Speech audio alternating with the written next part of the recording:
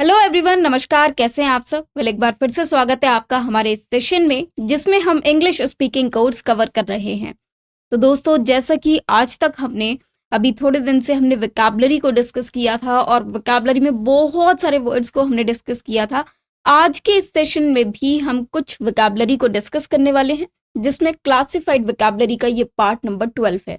Part number 11 काफी interesting था जिसमें हमने 12 टूल्स को पढ़ा था, औजारों के बारे में पढ़ा था। आज इस पार्ट 12 में भी हम बहुत ही ज़्यादा इम्पॉर्टेंट चीज़ें हैं जिनको समझने वाले हैं। उन हिंदी शब्द का इंग्लिश में वर्ड या मीनिंग समझने वाले हैं और आपको ये सारे वर्ड्स जब समझ में आ जाएंगे तो आपकी कम्युनिकेशन स्किल्स और भी बेहतर बन जाएंगी। साथ ही साथ हमें ये भी पता लगेगा कि इन शब्दों को इंग्लिश में क्या बोला जाता है। एंड फ्रेंड्स, आज का जो टॉपिक है वो बहुत ही ज़्यादा इंटरेस्टिंग है क्योंकि आज के टॉपिक में हम लोग वॉरफेयर मतलब युद्ध संबंधी जो शब्दकोश है उसको पढ़ने वाले हैं। तो आज है वॉरफेयर की बारी, मतलब वॉर करने की बारी। जैसे कि आप देखते हैं कि अगर कहीं पर किसी दो कंट्रीज में आपस में वॉर छिड़ा है, सपोज एक कंट्री है ए और एक कंट्री है बी, सपोज करो इन दोनों में आपस में वॉर हो गया, इन दोनों में आपस में लड़ाई हो जाती है, तो वो जो वॉर के टाइम पर जो चीजों की रिक्वायरमेंट होती है उनको क्या बोला जाता है, वो सारे शब्द आज हम इस सेशन में समझेंगे। आज के सेशन में, in this session we will learn vocabulary related to warfare. तो आज के सेशन में हम लोग वो सारे शब्दकोश को समझेंगे जो वॉरफेयर से रिलेटेड है। वॉर का मतलब क्या होता है? युद्ध। अब युद्ध को हम लोग बैटल नेम से भी जानते हैं, ठीक है।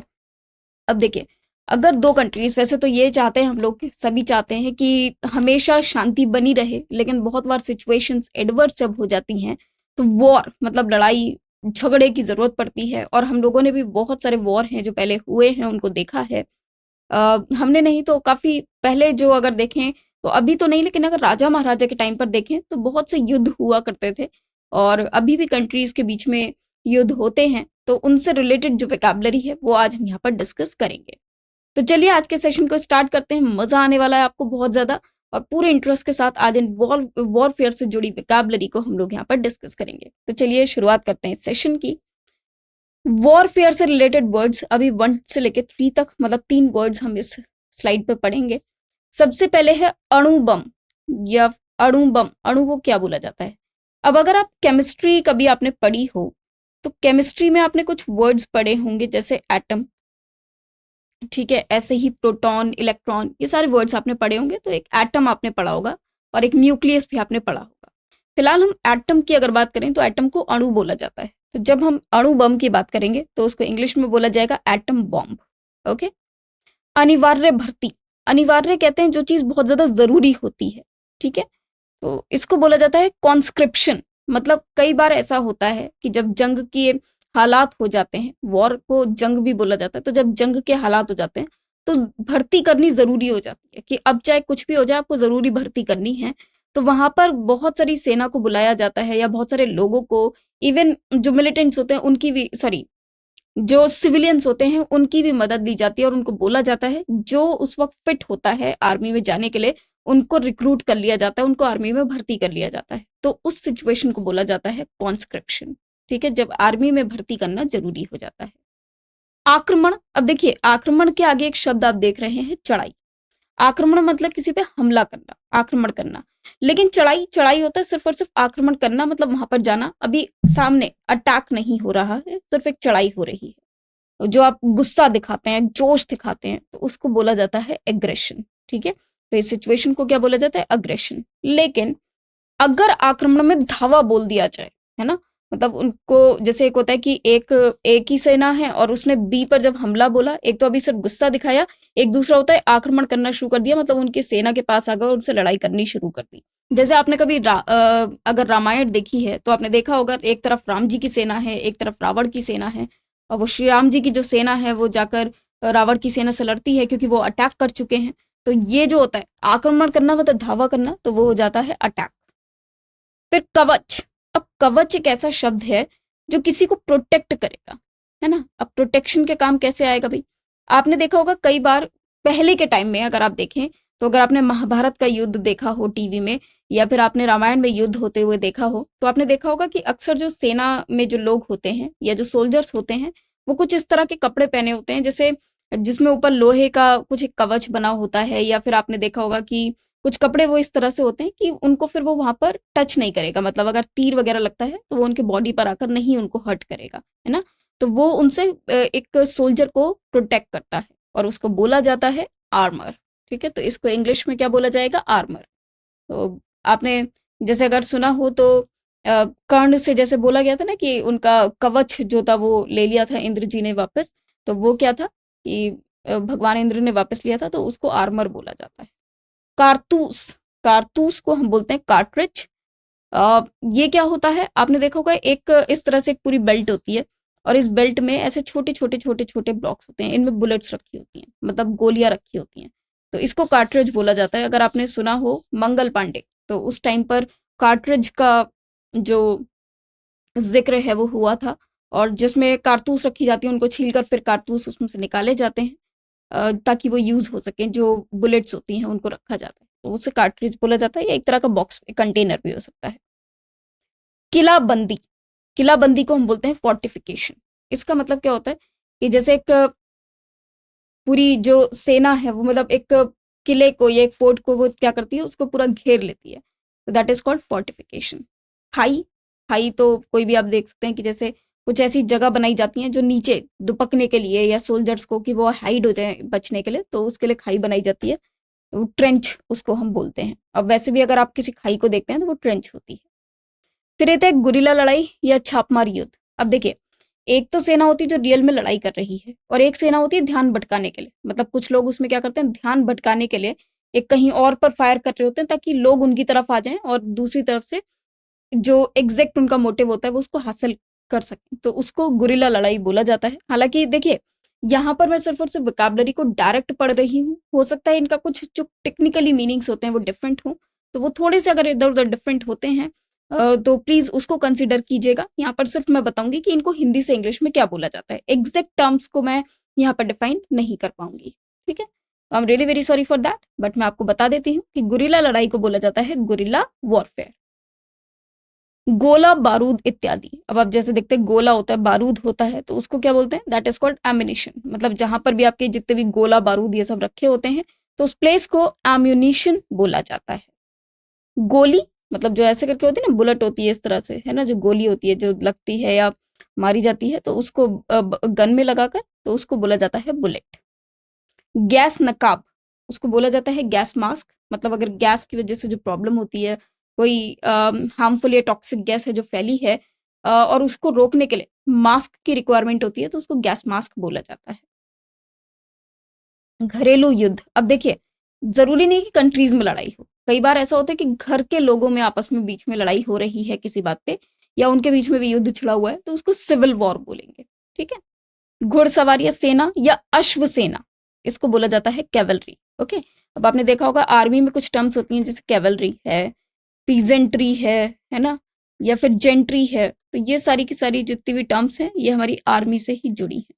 ठीक है, तो ये सारे होते हैं। तो कैवलरी जो होता है वो होता है जो घुड़ सेना होती है, मतलब जो घुड़सवार सेना होती है, या वो सेना जो घोड़े पे सवार होकर लड़ाई करती है। घेरा, घेरा को हम इंग्लिश में बोलते हैं सीज। ओके, तो ये जनरली जब युद्ध के टाइम पर इस तरह से एक सोल्जर्स मिलकर घेरे को बना लेते हैं, और ये किस लिए बनाते हैं? ताकि जो जनता है या जो कुछ सामान है उसको वो प्रोटेक्ट कर सकें, तो उसके लिए सीज बनाया जाता है, तो इसको सीज बोला जाता है। फिर आ जाता है जल सेना या नौसेना, मतलब जो जल में रहकर, है ना, जल में रहकर जो लड़ाई करती है, या फिर जो पानी में रहते हैं, जिस जो शिप के थ्रू लड़ाई करते हैं, तो वो होती है नौसेना, जिसको नेवी बोला जाता है, इंग्लिश में नेवी नेवी बोला जाता है। जंगी जहाज को बैटल शिप बोला जाता है। जंगी जहाज मतलब वो जहाज जो कि वॉर में शामिल है, तो बैटल शिप, ये शिप जो नेवी वाले यूज करते हैं वो बैटल शिप होता है। तोप को इंग्लिश में कैनन बोला जाता है। ठीक है, तो जो आप तोप देखते हैं ना, तो तोप को इंग्लिश में क्या बोला जाता है? कैनन। तोप का गोला, और आपने देखा होगा कि तोप में गोले से जो है फिर वॉर किया जाता है, अटैक किया जाता है, तो जो तोप का गोला है उसको हम कैनन बॉल के नाम से जानते हैं, है ना, ऐसे बड़ा बड़ा सा होता है ना बॉल, ऐसे ब्लैक से कलर की रहती है, तो that is called cannon ball. धमाके से फटने वाला बम, तो कोई भी एक ऐसा बम जिसमें धमाका होता है और वो फट जाता है, तो उसको बोला जाता है एक्सप्लोसिव बॉम्ब। तो जैसे आपने सुना होगा कि यहाँ पर बहुत सारे एक्सप्लोसिव्स थे, तो एक्सप्लोसिव मतलब जिसमें धमाका होता है। नाकाबंदी को ब्लॉकेड बोला जाता है। अज्ञान, यहाँ पर भी सोल्जर्स क्या करते हैं कि एक ब्लॉक बना लेते हैं जो ताकि वो लोगों को वहां से प्रोटेक्ट कर सके, तो उसको ब्लॉकेड बोला जाता है। पनडुब्बी मतलब सबमरीन, ये वाटर में होती है। मेरीन वाटर से रिलेटेड, तो सबमरीन एक तरह से पनडुब्बी एक वो पानी के अंदर जाती है और वहां से वो वॉर करते हैं, मतलब पानी के अंदर। जैसे अगर आपने कभी सुना हो, अगर आपने कभी मूवी देखी हो गाजी अटैक, तो उसमें सबमरीन्स दिखाई हैं। परमाणु युद्ध, परमाणु युद्ध होता है एटॉमिक वॉरफेयर, मतलब जहां पर एटम बॉम्ब का भी प्रयोग होता है।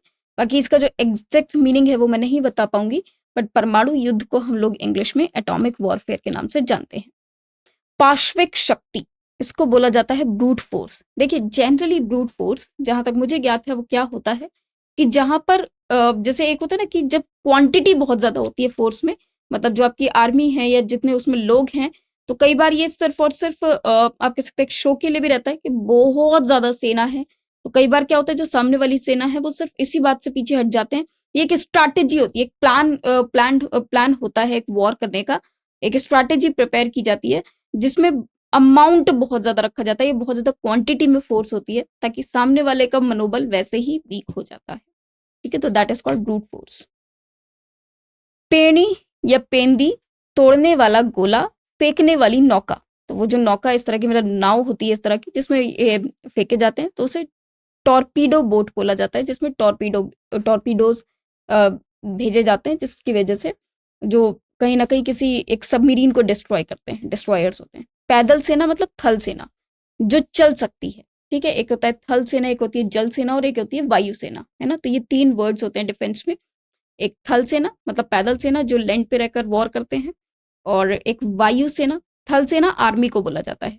वायु सेना जो जहाँ मतलब जो एयरशिप होते हैं, एयरप्लेन होते हैं, जो अ, आपके जेट वगैरह रहते हैं, फाइटर प्लेन्स रहते हैं, उनको उड़ाते हैं, तो वो वायु सेना हो जाती है। ठीक है, और जो जिसे एयर फोर्स बोला जाता है। नेवी जो जल में रहकर वॉर करती है, जल सेना, और जो लैंड पे रहकर रहती है वो आर्मी होती है। ठीक है, तो लैंड फोर्स इसको बोलते हैं। प्रस्थान, अब ये देखिए यहाँ पर पैदल सेना या स्थल सेना है, थल सेना नहीं है। थल सेना को आर्मी बोला जाता है। ठीक है, प्रस्थान कूच करना, तो उसको एक्सपीडिशन होता है। बम आक्रमण, तो इसको बोला जाता है बम्बार्डमेंट। जब बॉम्ब से ही लड़ाई हो रही होती है, इधर उधर से बॉम्ब फेंके जा रहे होते हैं, तो दैट इज कॉल्ड बम्बार्डमेंट। बारूद को गन पाउडर बोला जाता है। बारूद खाना, जहां पर बारूद खाना मतलब जहां पर ये रहते हैं, तो उनको मैगजीन बोला जाता है। भोजन सामग्री, तो आप देखते होंगे कि भाई जब कोई वॉर होता है तो उसमें ऑब्वियसली भोजन भी बनता है, सामग्री होती है, तो भोजन सामग्री को प्रोविजंस बोला जाता है। भोजन सामग्री ये नहीं कि आपको वहां पर खाने की चीजें हैं, भोजन सामग्री यहाँ पर होती है प्रोविजंस, मतलब जो उनकी स्ट्रैटेजी है, प्लान्स हैं। मनोबल को मतलब ये एक वॉरफेयर टर्म है। मनोबल का मतलब मोरल होता है। युद्ध, बैटल या वॉर को बोलेंगे। ठीक है, मतलब युद्ध को इंग्लिश में बैटल या फिर वॉर बोलते हैं। युद्ध के शस्त्र, आर्मामेंट्स। ओके, आर्म, अब इनको आप आर्म्स भी बोल सकते हैं। आर्म्स मतलब युद्ध के शस्त्र होते हैं। ठीक है, जो वेपन्स होते हैं उनको आर्म्स बोला जाता है। युद्ध कौशल, इसको स्ट्रैटेजी बोला जाता है, मतलब जो प्लान है, जो स्ट्रैटेजी है। युद्ध विराम मतलब सीज फायर, युद्ध विराम मतलब अब युद्ध पे विराम लग चुका है, अब लड़ाई नहीं होगी, तो उसको सीज फायर बोला जाता है। ठीक है, युद्ध बंदी, इसका मतलब है प्रिजनर्स ऑफ वॉर। बंदी मतलब जिनको बंदी बना लिया जाता है, जो वॉर के प्रिजनर्स होते हैं, मतलब जिनको, जैसे मान लीजिए एक ए और बी की सेना लड़ रही है, और बी की सेना में कुछ ऐसे थे जो ए के आप कह सकते हैं कि उनके अ, उनकी तरफ चले गए, तो उन्होंने उनको क्या करा, प्रिजनर बना लिया, है ना, उनको कैदी बना लिया, तो उनको प्रिजनर्स ऑफ वॉर बोला जाता है, जिसको आप POW के नाम से भी जानते हैं। युद्ध मंत्री जो उसमें इन्वॉल्व होते हैं, तो वो होते हैं वॉर मिनिस्टर्स। युद्ध प्रवृत्ति कैंपेन होती है, मतलब एक स्ट्रैटेजी होती है, एक प्लान होती है कि किस तरह से वॉर को लड़ा जाएगा, दैट इज कॉल्ड कैंपेन। या कितने नंबर ऑफ वॉर्स को वहां पर, या नंबर ऑफ बैटल, जिस तरह से वो सीरीज चलेगी अटैक्स की, वो रहेगी। रक्तपात, रक्त कहते हैं ब्लड को। अब आप देखते हैं कि कई बार जब 2 देशों में लड़ाई होती है, तो आप देखते होंगे कि बहुत ज्यादा ब्लड शेड होता है। ब्लड शेड मतलब बहुत ज्यादा लोगों की डेथ होती है, बहुत सारे सोल्जर्स मारे जाते हैं, और इसकी वजह से हर जगह क्या होता है, सब खून खून दिखाई देता है, मतलब लोगों का खून हो रहा है वहां पर, एक तरह से लोग मर रहे हैं अपने। I am really very sorry, मैं इसके लिए मरना शब्द प्रयोग नहीं करूंगी। वहां पर लोग शहीद होते हैं। आपने देखा होगा बहुत से लोग हैं जो शहीद होते हैं, है ना, बहुत से सोल्जर्स हैं, नॉट लोग बट सोल्जर्स हैं। मैं माफी चाहूंगी, यहाँ पर जो टर्म है वो थोड़ा अलग है। बहुत सारे जो जवान हैं सेना में वो लोग शहीद होते हैं, ठीक है। तो यहाँ पर जो देशभक्त हैं वो शहीद होते हैं, तो उस सबको जो जितना भी खून खराबा वहां चलता है उसको ब्लड शेड बोला जाता है। रंगरूट की भर्ती, इसका मतलब होता है रिक्रूटमेंट, मतलब लोगों की वहां पर भर्ती होती है आर्मी में। डिफेंस, रक्षा को क्या बोला जाता है? डिफेंस। ओके, किसी को डिफेंस करना, रक्षा करना, किसी को डिफेंड करना। रक्षा कोष, कोष किसको कहते हैं? मनी को, है ना, कोष मॉनिटरी टर्म्स है। तो रक्षा कोष मतलब डिफेंस फंड, जो डिफेंस के लिए फंड कलेक्ट किया जाता है या फंड आता है। रक्षा कर्मचारी वर्ग, इसको बोला जाता है डिफेंस सर्विस। मतलब अगर आप डिफेंस में, डिफेंस सर्विस में हैं, मतलब आप सोल्जर्स हैं, या फिर रक्षा कर्मचारी जो उसमें और कर्मचारी का योगदान होता है, वो डिफेंस सर्विस। लड़ने वाले, जो लड़ने वाले होते हैं वहां पर योद्धा जो होते हैं उनको कॉम्बिटेंट्स बोला जाता है, ठीक है। कॉम्बिटेंट्स, आप इनको क्या बोलते हैं? कॉम्बिटेंट्स, नॉट कॉम्बिटेंट्स, कॉम्बिटेंट्स इनको बोला जाता है। लड़ने वाला राष्ट्र, अगर व्यक्ति हैं, योद्धा हैं, तो कॉम्बिटेंट्स, और अगर वो राष्ट्र मतलब वो नेशन जो लड़ रहा है उसको बोला जाता है बेलिजरेंट नेशन, मतलब जिसने फर्स्ट ऑफ ऑल लड़ाई शुरू किया, जो लड़ रहा है उस वक्त। लगातार गोला छोड़ने वाली तोप, तो कुछ ऐसी तोप भी होती हैं जो लगातार गोला छोड़ती रहती हैं, उनमें डालना नहीं पड़ता, वो ऐसे ही छोड़ती रहती हैं, उनमें पहले से ही सब कुछ प्रीऑक्यूपाइड है। मशीन गन उनको बोला जाता है। लड़ाकू वायुयान, तो आपने देखा होगा वायुसेना कुछ प्लेन्स का प्रयोग करती है, जो लड़ाकू विमान जिनको हम बोलते हैं, तो उनको फाइटर प्लेन इंग्लिश में बोला जाता है। उसके बाद विद्रोह करना, इसका मतलब होता है म्यूटिनी। वायुयान भेदी तोप, इसको बोला जाता है एंटी एयरक्राफ्ट गन। ओके, जो वायुयान की भेदी तोप होती है, एंटी एयरक्राफ्ट गन। विध्वंसक या विध्वंसक, डिस्ट्रॉयर को बोला जाता है। उसके बाद संधि, संधि मतलब एक तरह से कॉम्प्रोमाइज हो जाए, या कोई ट्रीटी साइन होती है, कुछ भी एक ऐसी कुछ चीजें होती हैं जिसमें पॉइंट से कुछ डॉक्यूमेंट हैं जो दो कंट्रीज के बीच में साइन होते हैं, तो उसको संधि बोला जाता है, जिसको ट्रीटी इंग्लिश में बोला जाता है। सहायक सेना, कई बार ऐसा होता है कि एक सेना, एक देश की सेना पूरी नहीं पड़ती, जैसे अगर आपने वर्ल्ड वॉर के टाइम पर देखा हो तो इंडिया ने भी या इंडियन सोल्जर्स जो थे उन्होंने मदद की थी, तो सहायक सेना जो सपोर्ट में खड़ी हो उसको बोला जाता है ऑक्सिलरी फोर्स। और सेना को बोला जाता है आर्मी या फिर ट्रूप्स। फिर उसके बाद जो सेनापति होते हैं, सॉरी सेना गति, तो सेना गति जो उनकी स्पीड रहती है वो क्या है? ऑपरेशन। सेना भंग होना मतलब डीमोबिलाइजेशन। सेनापति जो होते हैं उनको कमांडर इन चीफ बोला जाता है। और सेना का प्रधान अधिकारी, जो सेना के प्रधान अधिकारी हैं, उनको बोला जाता है फील्ड मार्शल, ठीक है। अब देखिए वहां पर सेनापति में और सेना के प्रधान अधिकारी में डिफरेंस है। वो कमांडर इन चीफ है सेनापति, और ये फील्ड मार्शल हैं जो सेना के प्रधान अधिकारी हैं। शत्रु, मतलब जो शत्रु है हमारे, जो एनिमी है उनको एनिमी बोला जाएगा, शत्रु को एनिमी। शीत युद्ध, कोल्ड वॉर, ठीक है। अब शीत युद्ध, कोल्ड वॉर बेसिकली एक ऐसी सिचुएशन होती है जैसे आफ्टरमैथ, जैसे अभी युद्ध हो गया लेकिन उसका रिजल्ट क्या है वो नहीं पता चल रहा, बीच की जो सिचुएशन उसको कोल्ड वॉर भी बोला जाता है, जिसको हम आफ्टरमैथ भी बोलते हैं। रक्षा मंत्रालय, इसको बोला जाता है डिफेंस मिनिस्ट्री, ठीक है। मंत्रालय मतलब मिनिस्ट्री और रक्षा मतलब डिफेंस, तो डिफेंस मिनिस्ट्री। जैसे डिफेंस मिनिस्टर होते हैं जैसे डिफेंस मिनिस्ट्री होती है। और बम, बम को बोला जाता है बॉम्ब। ओके, तो ये हमारे सारे वर्ड्स थे जो आर्मी से या वॉर से या वॉरफेयर से रिलेटेड थे। तो आई होप कि ये सारे वर्ड्स आपको क्लियर हुए होंगे। देखिए इनके अलावा वर्ड्स और भी हो सकते हैं, हो सकता है बीच में मैंने कोई टर्म जो डिफाइन करी हो वो एग्जैक्ट वैसी ना हो, तो मैं फिर से आपको बता दूं कि इसमें टर्म्स थोड़ी सी डिफरेंट होती हैं। मेरा किसी को भी अपमान करने का कोई उद्देश्य यहाँ पर नहीं है।